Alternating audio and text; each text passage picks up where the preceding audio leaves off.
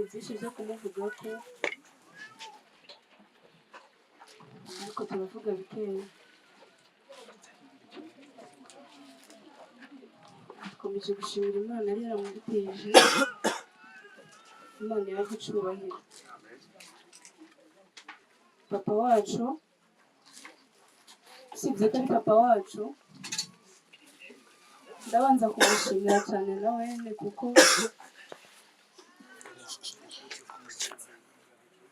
imbere y'uko aturera yarereye igihugu. Papa yigishije abana benshi, ndabizi neza hano harimo barahari. Nanjye ubwanjye uretse ko ari papa yaranyigishije ni mwarimu wanjye. Papa wanjye ndabyibuka abanyeshuri baramukunda cyane. Yamamaye ku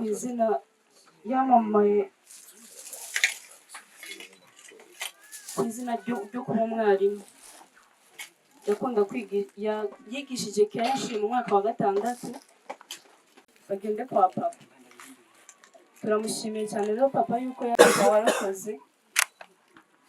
Benshi b'abana warera barakuze, turagushimiye cyane.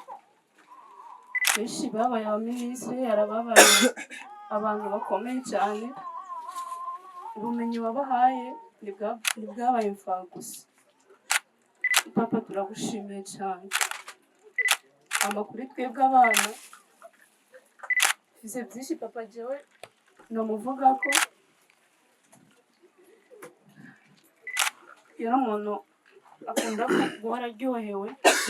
Papa yashavuraga gake kandi ku bantu batuzi na twebwe abana biwe abenshi tuba dufise umunezero kenshi nyine dushavura gake. Niyo twogira ibibazo bimenye twebwe nyine, biragoye ko wamenya ibibazo byacu tutabikubwiye. Ikindi nigiye kuri papa nuko papa wanje yabana neza n'abantu. Papa wanje yabana neza n'abantu cyane, kubera ko umuntu ahora anezerewe abantu baramukunda. Burya umuntu akunda guhora ashavuye agira abagenzi bake. Ndamya neza nanje yuko iryo ragi naritwaye. Papa niko utari hano, ariko abantu benshi cyane bamerekeje kuza kuguherekeza. Niko utari kurabibona. Abantu benshi bamerekeje, abantu benshi cyane cyane papa baduherekeje kuza kuguherekeza irya nyuma.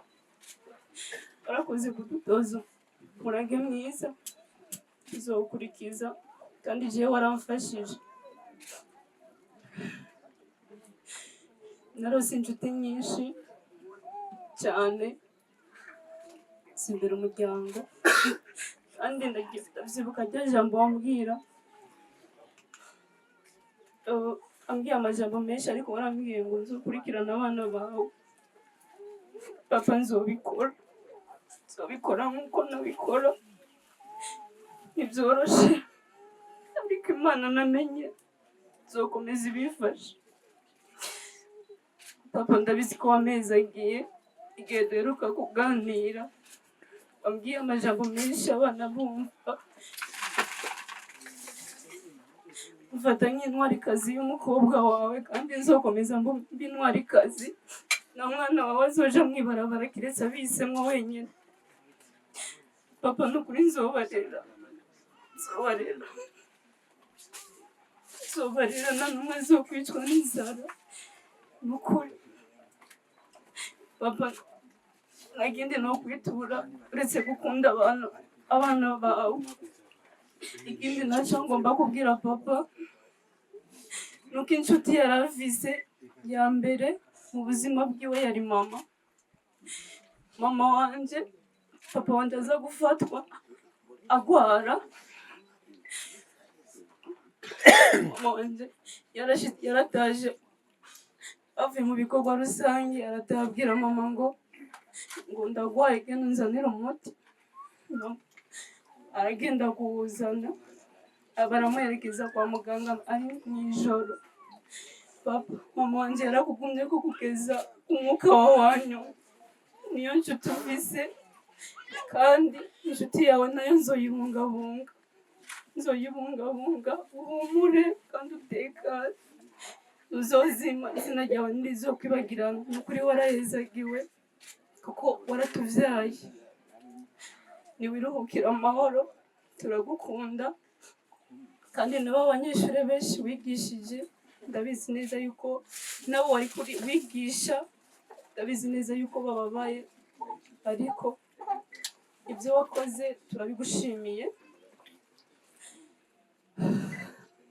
Icyo nabwira mwese mukoraniye hano, ndabashimiye cyane ko mwaje kudufata mu mugongo. Imana wo mw'ijuru ibahe umugisha.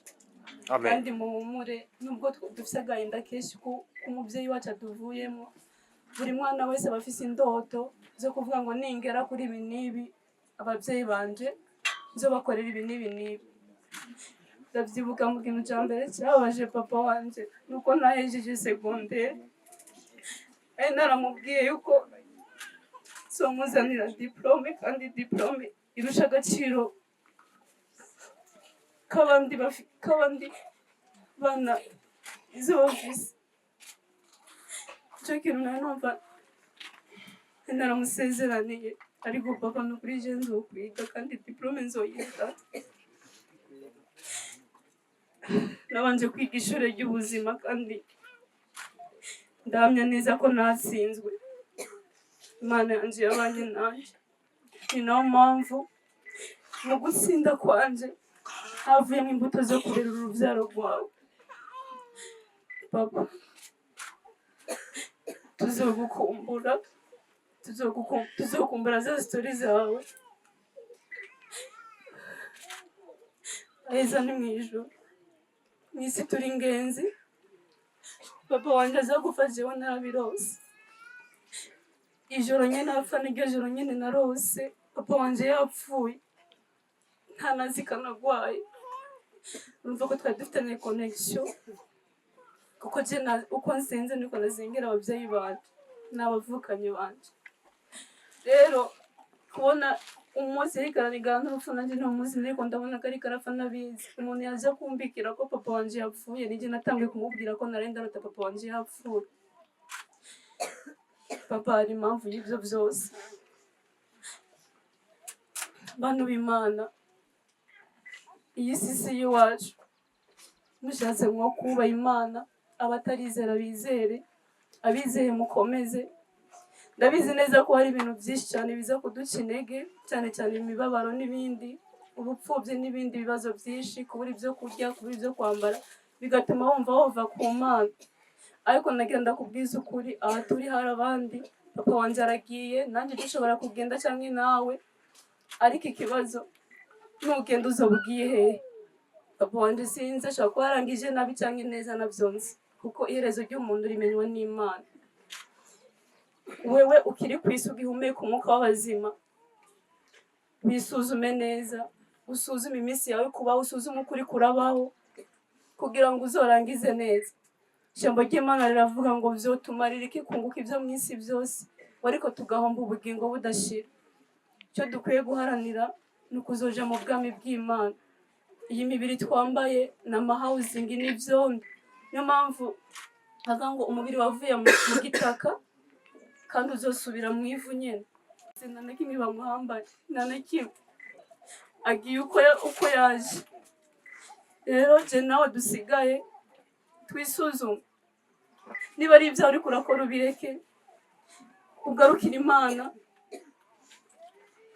kuko Kristo yaragiye kudutegurira aho tuzoba ibihe byose kandi ntituzokongera kubabara ntituzokongera kurira aya marira nayo kubera ko tukiri mw'isi turi mw'isi tugomba kurira nta muntu umwe azongera akabayo neza muri iyi si oya mw'isi no kurira no gutwenga aheza ni mwijuru niho batarira niho bataboroga niho badasonza niho badakena muze duharanire kuzogerayo amahoro Imana wo mwijuru ibahe umugisha kandi papa tumwifurije kuruhuka amahoro murakoze